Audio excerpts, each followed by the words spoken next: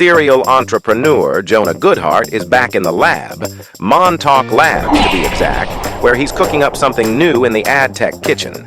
He's traded in his Moat fame for a new obsession, measuring everything that moves, breathes, and blinks in digital media. And let's face it, this guy's been measuring attention before the rest of us even knew we had any to give. But don't expect any recycled press release nonsense today. We're diving into the real story behind his ventures, his quirks, and maybe even the reason he thinks Montauk is the center of the universe. Deserve to win when it matters most. Facing multi-billion-dollar bet the company litigation? No problem. That's why we're here. Troutman Amin, LLP is... Hi, I'm Pesach Lattin. Today's guest is Jonah Goodhart, the maestro behind Montauk Labs and a true titan in the ad tech world. From co-founding Moat, which he sold to Oracle, and pioneering attention metrics in digital advertising, Jonah's been redefining the landscape one venture at a time. His insights on measuring attention over clicks have been a game changer for brands aiming to understand consumer behavior in this fragmented digital era. Let's dive into his journey and see what makes him tick. So, Jonah, how are you doing today? Spare me the press releases. Yeah, I will spare you the press releases, even though you just read something that sounded like a press release. Actually wrote it. I wrote it last minute, about 5 minutes ago. Nice. I'm good, man. I'm doing well. You know, it occurred to me I've been in this industry now a quarter century, which sounds like a lot. I started my career in advertising when I was in college, knew nothing about this world. Fast forward a couple decades, and you know I'm building with a great group of folks, and excited to be able to do the things that we can do in this time and in this place. So yeah, I'm happy. I'm grateful. So are you on vacation right now? You mentioned you were. Not on vacation, but for the summer, we're not in the city because I have four beautiful, wonderful children. Ages 8 to almost 14. In 8 days, my oldest will be 14. Oh, congratulations. And, we live in New York City normally, and so during the summer we try to not be in New York City. A mix of camps and all sorts of stuff, that activities that my wonderful wife organizes for my kids. So we're a little bit all over the place. We're in Cape Cod, Massachusetts. We're in Montauk part of the summer. Yeah, I figured based on the name. Montauk Labs. Yeah, Montauk Labs was named after Montauk, for sure. Montauk, actually, it's funny because Montauk, I had been going out to Montauk since 2006, 2005, something like that, and just kind of fell in love with it. We needed a name for our venture studio before we launched our newest company, Mobian. And so we thought, we're sort of in the labs. We're kind of working on something. So what about Montauk Labs? I think my brother came up with the name, and so it stuck. So let's dig in a little bit. What cosmic accident or stroke of brilliance led you to where you are today? Give us the origin story. Villain or hero? We want the juicy details. I mean, look, I've been very fortunate. I've been lucky. Certainly, I have been surrounded by incredible people throughout my career through the last couple of decades. I think one of the first kind of moments that happened in my career was in the late 1990s when my brother and I started our first company. We'd put up a website to basically collect email addresses from consumers who wanted good deals at the time. I don't know if you remember this, in 1998, 1999, e-commerce companies that were coming online were literally giving away their products. They were giving away their first purchase for free, right, in exchange to acquire a new customer. So if you remember, pets.com and essential.com and drugstore.com and PlanetRx, et cetera. And so these companies basically had an offer that was too good to be true, which eventually it became too good to be true, but get a free, your first purchase is on us. Buy what you want up to, a limit.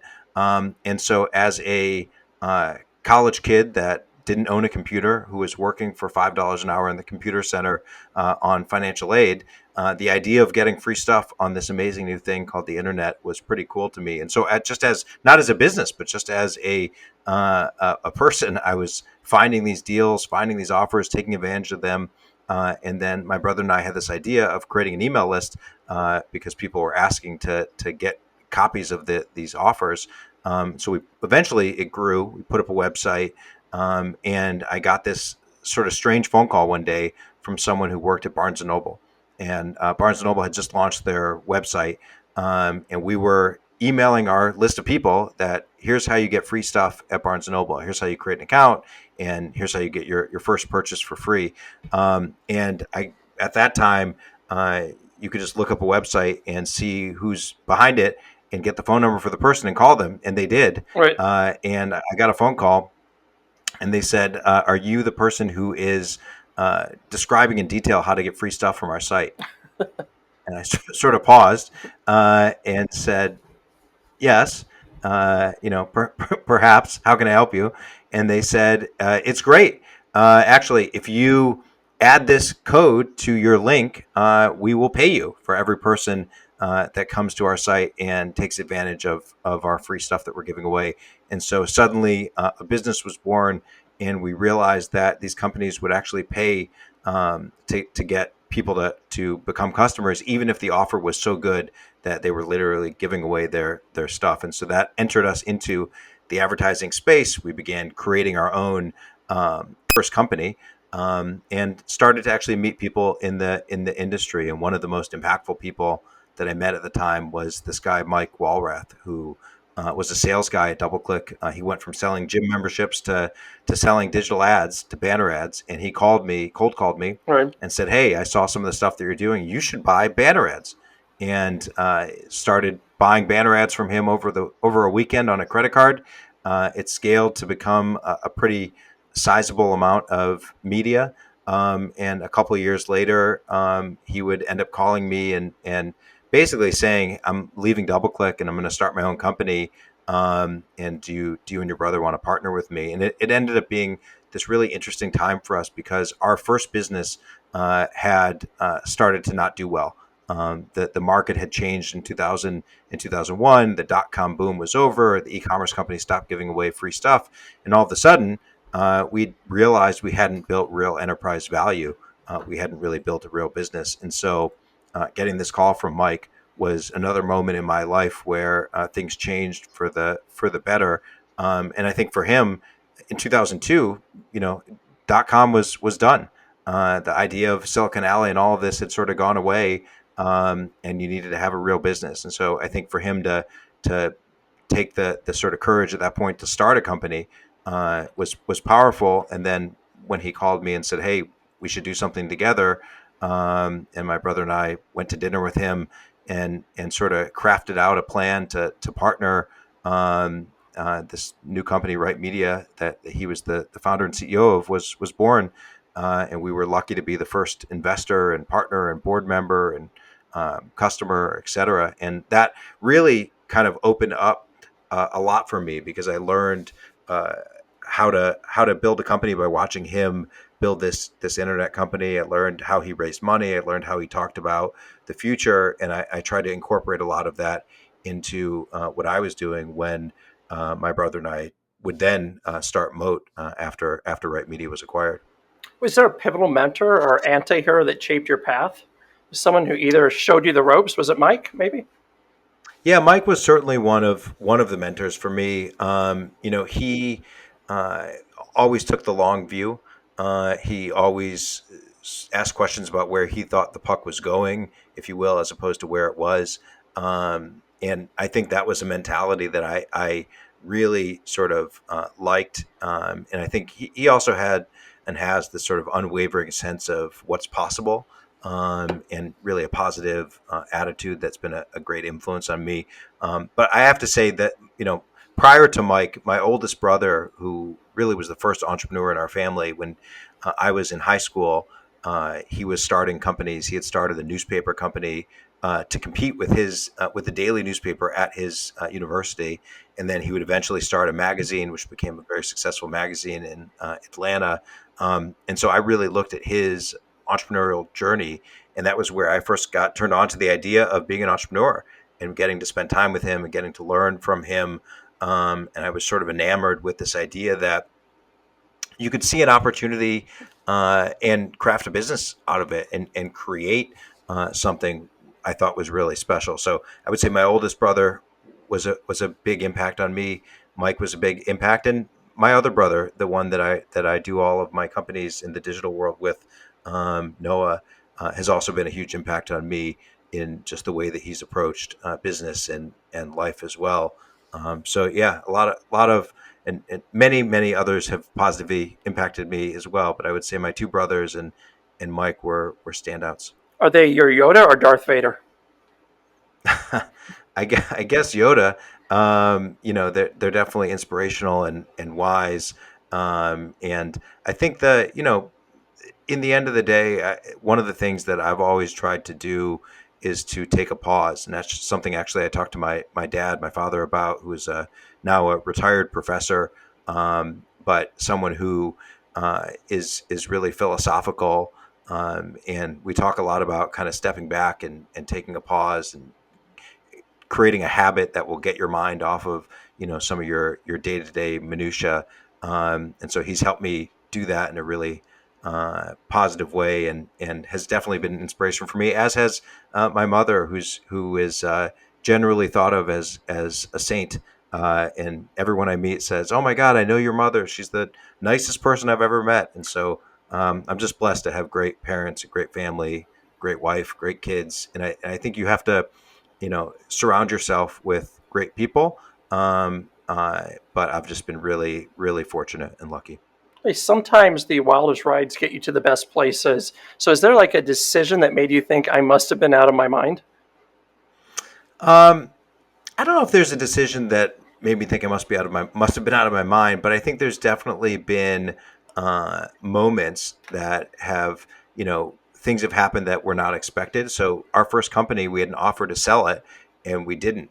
And we could have sold our first company and made a lot of money, and been very well off as a result of it. By not selling that company, it ended up basically not working. We ended up basically essentially shutting the company down. It did well, it was profitable, but it didn't last. It didn't have sticky enterprise value. And so one way to look at that would be, wow, we really made a mistake. But after that first company, we got involved with Right Media, and that company ended up being very successful. And that probably wouldn't have happened had we sold our first company, because we'd probably be working at the acquirer. And then Right Media ended up leading to us wanting to start our own venture-backed company in Moat, and that probably wouldn't have happened had that not happened. So, I think you can only put these things together looking backwards, but in the moment, it's hard to say what's the right thing or not. So is there like one big misconception about the early days in the industry that you like to debug? Is it that everyone was on cocaine or what? I mean, I've never done drugs, so I can't speak to that. But what I could say is that I'll tell you one misconception about the industry early on is that there was this idea now that you can be any age and you can start a company, and that Right. was just not the case 25 years ago. So I remember, at the time, people saying, "Hey, so do you have kids? How old are you?" Right. That sort of thing. I didn't have kids. I was in college when I started the first company, and so this idea of like you could be a kid and start a company, now it's totally normal. Oh, every kid is can start whatever they want. It's amazing. But at the time, that wasn't the case, and people wanted to know: are you legitimate? Do you have is they used to joke, who's the white hair in the room? And I think there was a perception that changed quickly with the internet and with digital, that you could be very young and create a company, but that definitely wasn't the case. So Well, especially initially, I actually, in the advertising industry. I remember when I started in the starting ad networks, I had people. I still see it in Google groups. These old posts where people are like, "Who is this guy? He's only 21 years old. What agency did he work for? What is this a scam?" Nobody believed that we could create an ad network out of nowhere. Because yeah, I mean, I hadn't been in an ad agency. I hadn't worked for Young and Rubicon. I hadn't worked for Saatchi and Saatchi. totally. I had zero background in advertising when we started our first company. And so the idea that a couple of kids in college with no background in advertising could sort of end up in that space, I think was unique. But we were concerned. So Mike Walrath, when he was selling us ads, used to ask to come meet with us. And he was married and he had kids, and we didn't All at right. the time. And we would say, well, we're busy, and we'll meet up with you at some point, because we were worried that he would meet us and go, oh my gosh, these are just kids. And in fact, there was this one story where he was trying to get in touch with me about a campaign that was live. And someone at our office picked up the phone and said, Jonah can't talk. He's at a final. Right. And at which point Mike suddenly realized, wait, is he in school? Right. Uh, and luckily, it didn't end up being too big of a negative. But I think that's changed for the better. Now I think it's actually wonderful when young people start businesses. But I think there was definitely a concern back then. Do you think Right Media was ahead of its time? I mean, as I'm looking at like the Trade Desk is doing, Trade Desk is going back to having what seems to be 100 sites or an exchange. I mean, that was the Right Media exchange.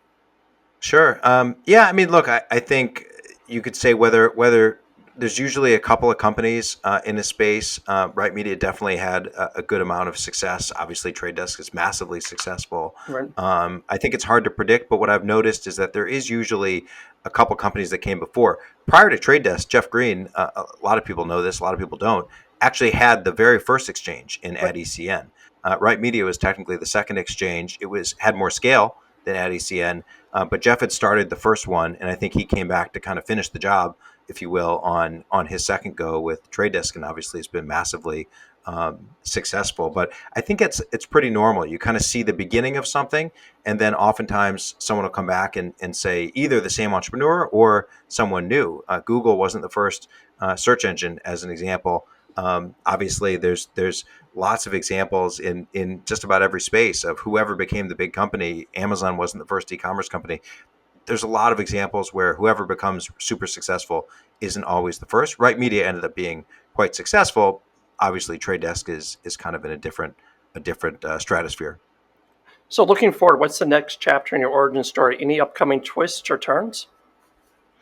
Yeah, so I'm back at it. My brother and I and a phenomenal group of people are building a company again in the measurement space, and so we're super excited.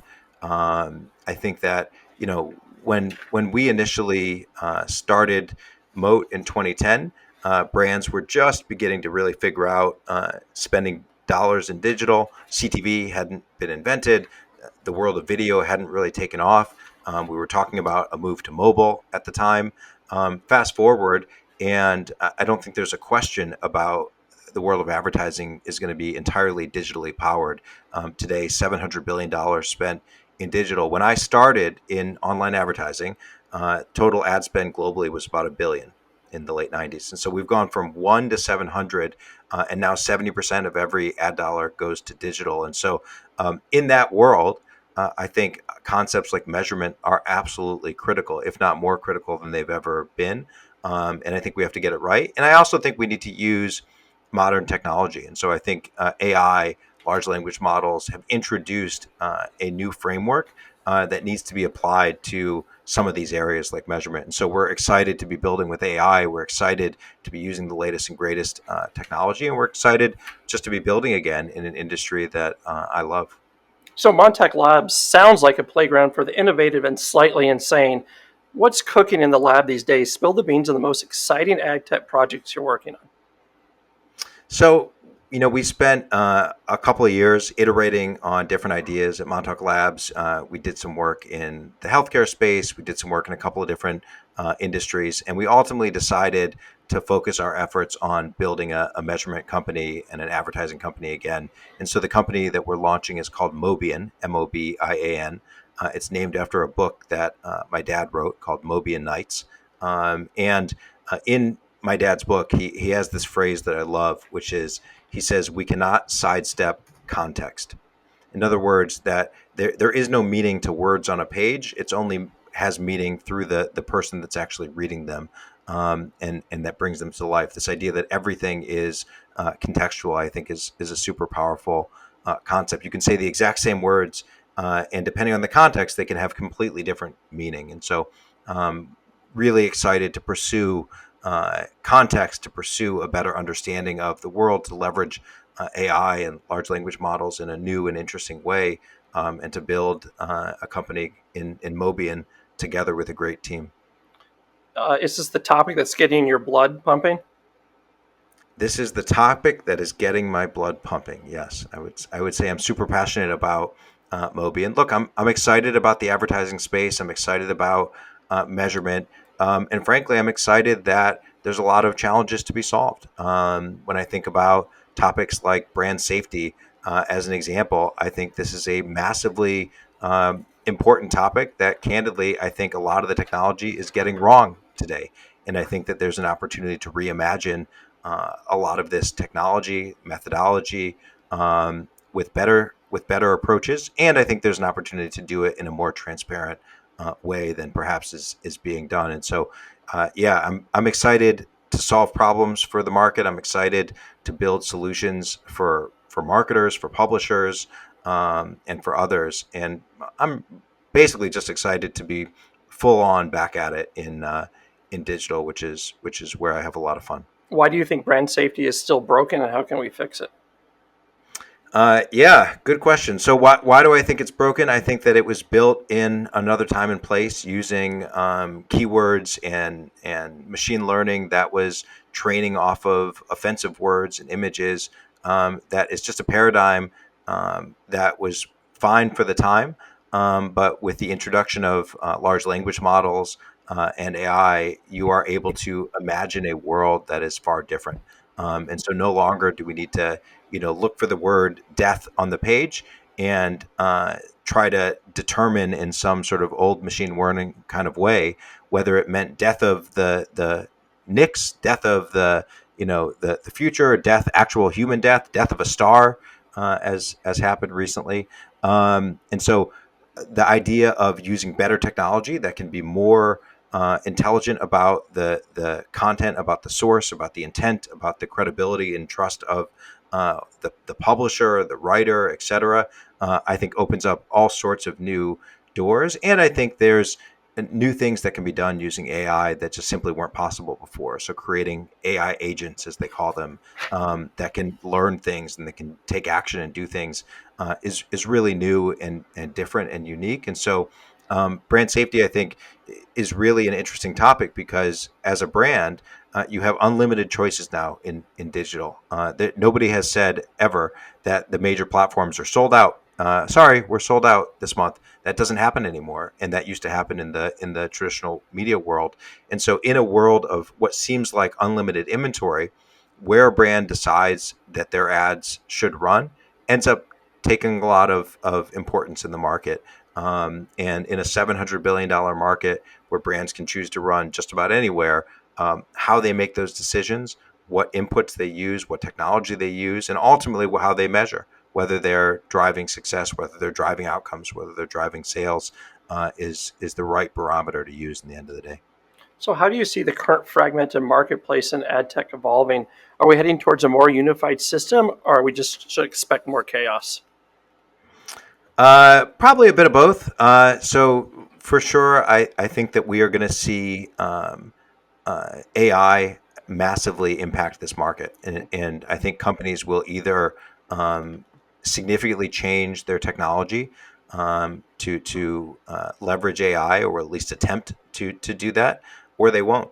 And I think that the future, for sure, will be led by companies that are leading with the best technology, the best methodology, and who are doing it in a thoughtful and transparent way. And so, will there be a lot of companies in ad tech? Yes, because there's a lot of challenges. It's a big market. There's a lot of problems to solve. Will it be the same companies? In some cases, no, I don't think so. Some cases, yes, companies who are able to innovate, I think will do well and survive and even thrive. And otherwise, I think that ultimately there will be new companies that replace much of these capabilities. Do you really think that ad tech companies are being created to solve problems? Sure, absolutely. There is plenty of people that take a cynical view of advertising and of ad tech. I look at it through a different lens, which is that we've had a space that went from $1 billion in spend to $700 billion in spend, not because people were guessing whether it worked, because they saw sales go up, because they saw people find out about their brands. And so advertising works. Advertising is storytelling. I've not had anyone make a good argument to me about why the world will not be more digitally enabled, and why advertising won't be more digitally powered. And so then it comes down to getting the technology right. And advertising and digital was not sort of planned out; it evolved over time. It wasn't something where somebody sat down and said, "All right, we're going to make a grid and it will work in this way." It's something that we've had to build band-aids over time. And every once in a while we have a moment like I think we're having and are about to have with AI where new things can be done that couldn't have been done before. And we're going to see significant change. Is every ad tech company critical to the future of digital? No, of course not. But that could be said about any industry. I got the opportunity to spend time in the healthcare industry as part of Montauk Labs, and I can tell you that is a very complicated and messy from an incentives perspective industry. And one of the things I felt good about coming back to advertising was, in the end of the day, I can understand the incentives in the ad world. I can understand what a marketer is going for. I can understand what a company or a partner, a publisher, et cetera, is doing.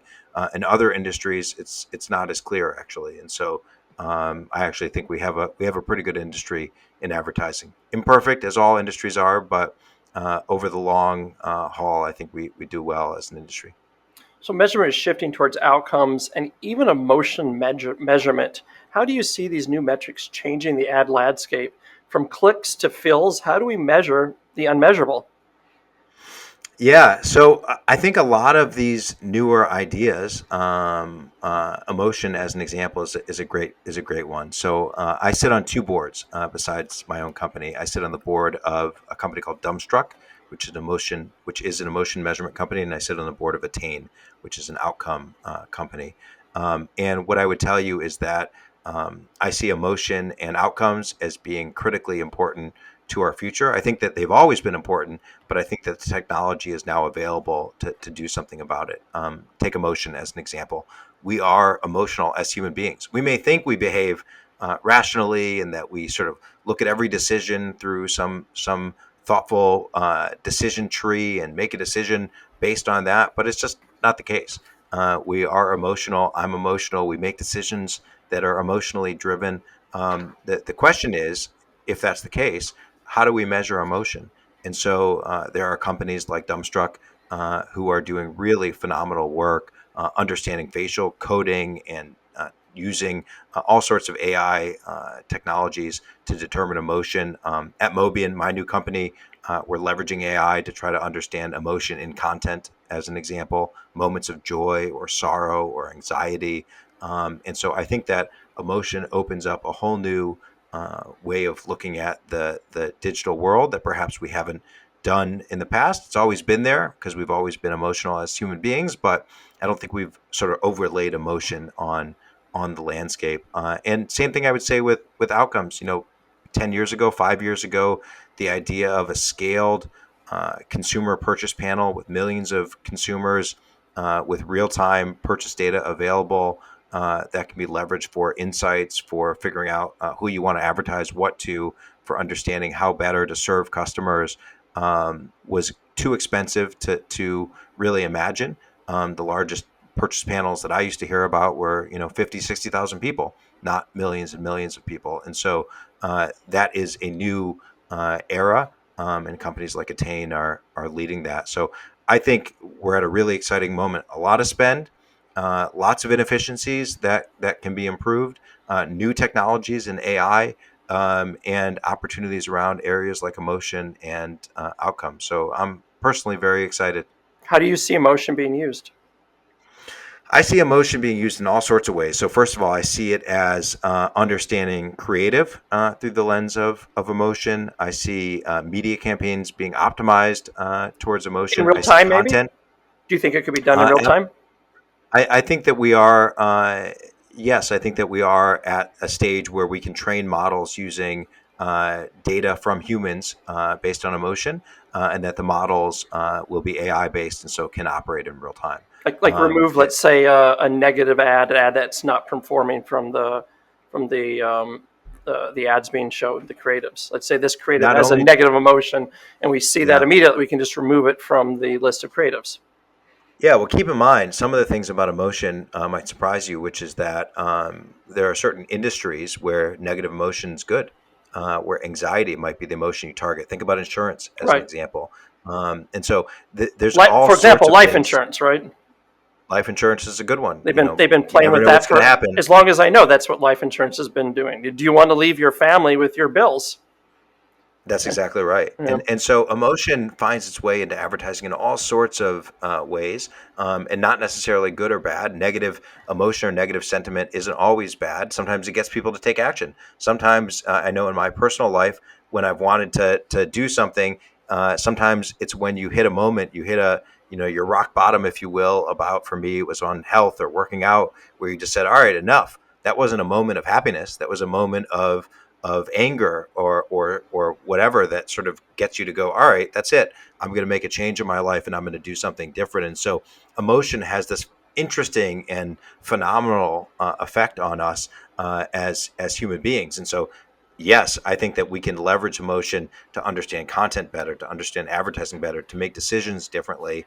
And ultimately, we should do that with the backdrop of outcomes. And so we should understand what content resonates. We should understand what content drives certain emotions. We should understand the difference between different personas. And so how one person looks at content may be very different from how someone else. Apple ran a commercial, an ad, a CTV ad, and of course ran on linear as well, I think called Crush, Right. where basically musical instruments were crushed into an iPad. And I'm sure certain people looked at it and went, this is amazing. The power of technology to sort of put into a little thin iPad all of these capabilities. Others looked at it and said, this is awful. This is the destruction of, music and creativity and art. And so, again, as my dad says, we can't sidestep context. It depends on the person. It depends on the context. And so I think understanding these things and beginning to sort of peel back the onion a bit on emotion is a really, really powerful area to spend our time in. Do you think personal context is more important than context on the page or in the video? I think they're both important. So a concept we talk a lot about is mindset. Mindset is in my mind what you're doing in that moment. And so if I'm doing medical research, that's the context for me. If you show me an ad that has maybe something that's interesting to me, but has nothing to do with the thing I'm doing in that moment, I might be less interested in seeing it Or annoyed? versus maybe even annoyed. Yeah. Absolutely. And so I think mindset's a really important input. I think sentiment is an important input. I think polarity is an important input. I think credibility of the source. If I'm reading something on, the Wall Street Journal or the Washington Post or whatever you believe is a credible source, that's going to impact you as a consumer, and you're going to see that content differently. One of the things that occurred to me is that the meaning of a piece of content changes based on the environment it's in. How can that be? How is it that the meaning of a piece of content can change? Well, I'll give you a simple example. You could write something and post it on Medium and it has one meaning, but if that same piece is posted on the Wall Street Journal, it's going to have a very different meaning and impact. And I don't think we've talked about that as an industry. I don't think that we've created metrics and measurement to try to understand that. And I think it's time that we do, because I think that it's important that we understand content creation. It's important that we understand how we fund all of these things through advertising. And it's important that we get these things right. In the end of the day, I would argue that brand safety, we've not gotten right so far. I think we've given brands a false sense of security. We've told them they have insurance, when in fact, I would argue we've not been doing a good job as an industry on getting that right. And as a result, I think brands are paying a lot of money to be on so-called safe inventory, and they're missing out on inventory that is just as, or maybe even more safe, but it's simply being marked by faulty keyword-based technology as being unsafe. And so I think it's time that we reimagine that. And by the way, the companies that are doing it can reimagine it too. They have an opportunity to change their technology, to suddenly do something different, to embrace a new approach, to be transparent with how they're building their technology, to show their data in a transparent way. And so I'm excited to see what companies do. I'm excited to see what we do. And I think there's a really bright future ahead. Okay, so talking a little bit more personal stuff, is there a book or piece of advice that completely changed your perspective on life or work? Bonus points if it wasn't written by a self-help guru. Well, sure. I mean, the book that I've mentioned, Mobian Nights, was written by my dad, and so he's not a self help Is it still in print? guru. It is still in print. You can still get it. You can even get it on the Kindle. I don't think I can do it justice to describe the whole book, but one of the things that my dad spends a lot of time talking about is context, and I think this whole idea of language as an example being performative, which you do a podcast, so this, but all language is performative.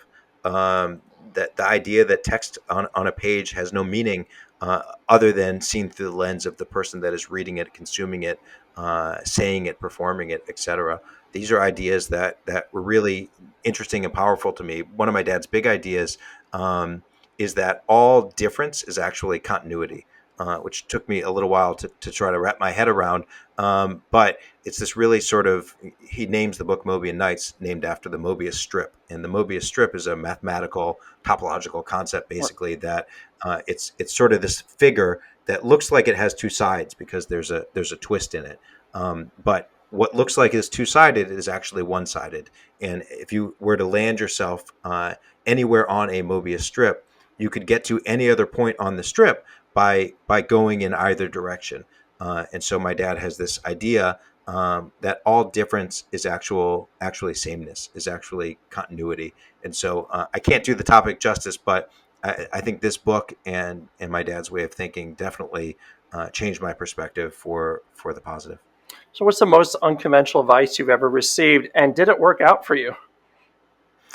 Yeah, most unconventional advice. Well, back in the early days of Moat, Mike Walrath, who was on our board, said to me, you need to understand the market, go out and do 800 meetings. I don't know why he picked 800, but he said 800. And Well, he maybe thought you would never come back. maybe he thought it was a good way. 800 ways yeah, he'll never hear from you again. Call me after you've done that. But I actually went out. I spent about 2 years, and from 2010 to 2012, and I literally did 800 meetings. And it was really, really eye opening because what happened as you go out, you meet people and you learn, what are you working on? What are the problems you're trying to solve? What are your pain points? Am I hearing that consistently across the market? Am I hearing something different? Am I hearing one thing from one side of the market versus another side of the market? And it was an exercise that I've now recommended to others because it really opens your eyes. You have this preconceived notion of a product or how you think people are going to use your product or what their problem is in the market. And the interesting and wonderful thing about B2B, business to business, is that you don't have to guess. You can ask people, hey, what are your pain points? What are the problems? What are the things that tell me, how's it going? What's working well? What's not working well? And just by doing that, people are willing to share information because they want to have help. They want to solve these things. And so by going out and having hundreds of meetings, I was able to learn. And when we started building our product, I was able to incorporate that into the feedback I was getting in the meeting. So I could go back and say, you told me that you didn't have a way to measure success on your brand campaigns. So I want to show you something that we built. You told me that you didn't know what creative was running for your company. I want to show you something that we built. And so I learned how to iterate and navigate through that process. Definitely was not expected. Do you remember what Mike said when you went back and said you had the 800 meetings? I think he just said good, and that was it, and we moved. He was like, I didn't really mean 800. I was. No, I mean, in the end of the day, I think that the wonderful thing about business partners is that you sort of have a level of trust and understanding. I've been working with my brother for all 25, 26 years I've been in business, been working with Mike for 20 plus of those years. And so I think you just get to a point where someone, you trust them, you get them. And it's really wonderful. Yeah, Mike's a great guy. He saved my butt more than once when I was a Right Media partner. That's wonderful. Love to hear that. Was there ever a time you doubted your path, and what brought you back on track? Sure. I'm human. I doubt paths all the time. I path doubt. Yeah, one of the things I think about being an entrepreneur is that you have to be willing to doubt your path, as you say, while also having grit and being willing to push forward at the same time. I think it's about balancing those two ideas. I think this idea that no matter what you push through is not quite right, because yes, you have to push through in really hard times, but you might be pushing against a wall that is not as easy to move, and it might be a better path that you need to take. And so I think it's this balance of flexibility and perseverance that is magical. You're going to get humbled as an entrepreneur. You're going to get told no. It's going to be hard. Things are not going to go as expected. There's going to be ups and downs. And so you absolutely have to persevere, but you also have to be flexible to be willing to adapt to what you are seeing and hearing in the market. Any secret strategies on how to stay motivated? Oh boy. Well, I think that one of them is just working with great people who are a joy to speak with, to be honest. And so, uh, I think about the team that I'm fortunate to work with at Mobian, and I'm thrilled when I get on a call with one of my teammates. I'm excited when I get a message from them. I literally, see it and I go, okay, this is going to be good. I can't wait to see what they're sending me or what they're saying. And so I'm certainly motivated by the team around me. I also think that, you have to kind of, being an entrepreneur and frankly, just being in the startup world, you have to find a way to have some balance. You have to find a way to reduce stress. And so I've worked on that over the years, certainly imperfect. But I think that there is, as my oldest brother would call it, a happiness quotient in life that none of us really understand. And my belief is that happiness plays a big role. And so, figuring out what makes you happy, figuring out what does not make you happy, and trying to optimize towards happiness, I think is really critical. And so it's one of the things it's always something on my mind, and it will never quite get there, but I'm always trying to improve. So how do you maintain the life-work balance? Well, I think when you do it well, work is life and life is work. It all merges. I don't actually really believe in this concept that I've stopped working. I'm always thinking about things. I think that when you're passionate about an idea, take context as an example. When I'm thinking about ideas that my dad has presented on contextualization of the world, is that work? I'm applying it to work. Is that taking a break? I don't know. I think of it as just something that I find fascinating and really wonderful to delve into.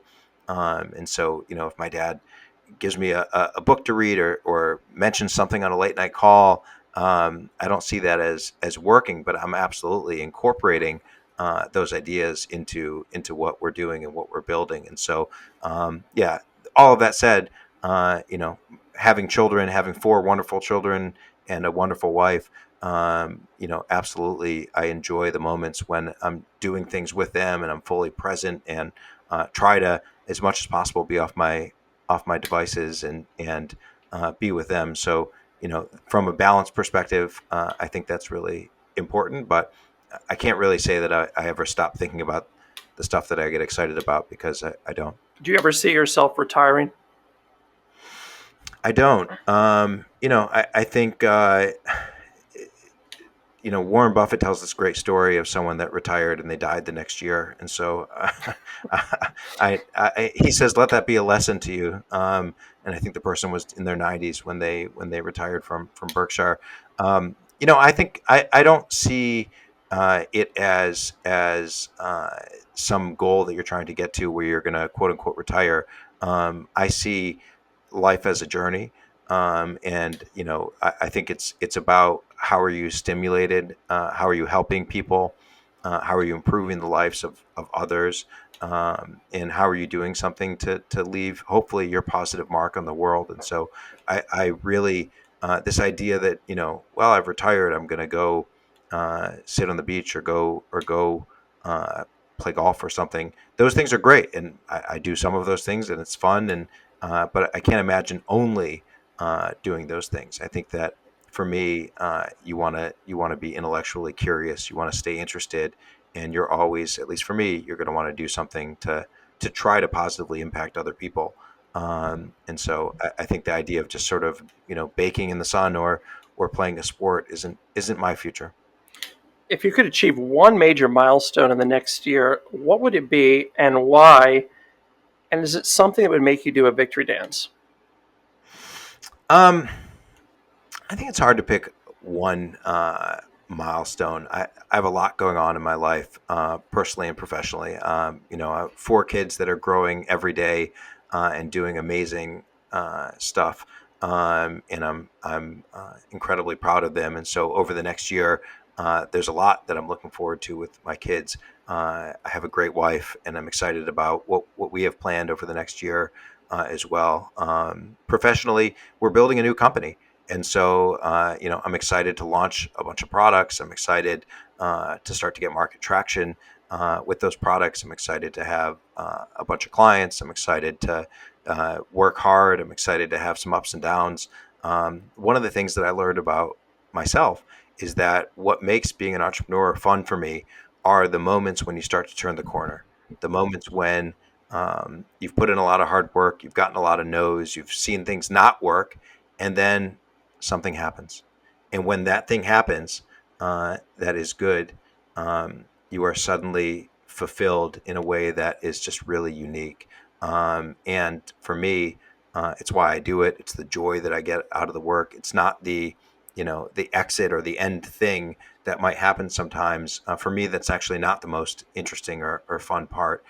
It's the moment of, you've put your blood, sweat, and tears into this thing with an incredible team, and you start to see it working.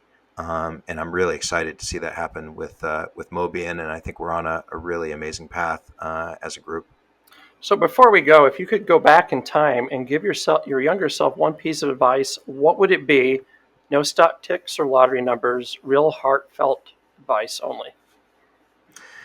Yeah, I mean, I think what I would say is build good habits, try to reduce your stress, and surround yourself with people that you care about.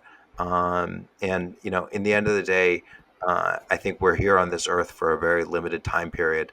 I think that optimizing for happiness is one of the keys, as far as I can tell. I think building habits is something I talk to my kids about all the time, which is that whether it's a habit to take a meditation pause or a workout pause or to take a walk, find the thing that works for you, that helps positively influence your emotional state. And it can't be prescribed. It can't be something that you tell someone else, go do this thing. It has to be, I think, an N of one. It has to be something that works uniquely for you. Discover that thing and stick with it, because building great habits that help you is something that is a huge unlock, I think, for life. So build good habits, be happy, and pay attention to the people that you surround yourself with, because you become them. I'm not your friend. I don't know you.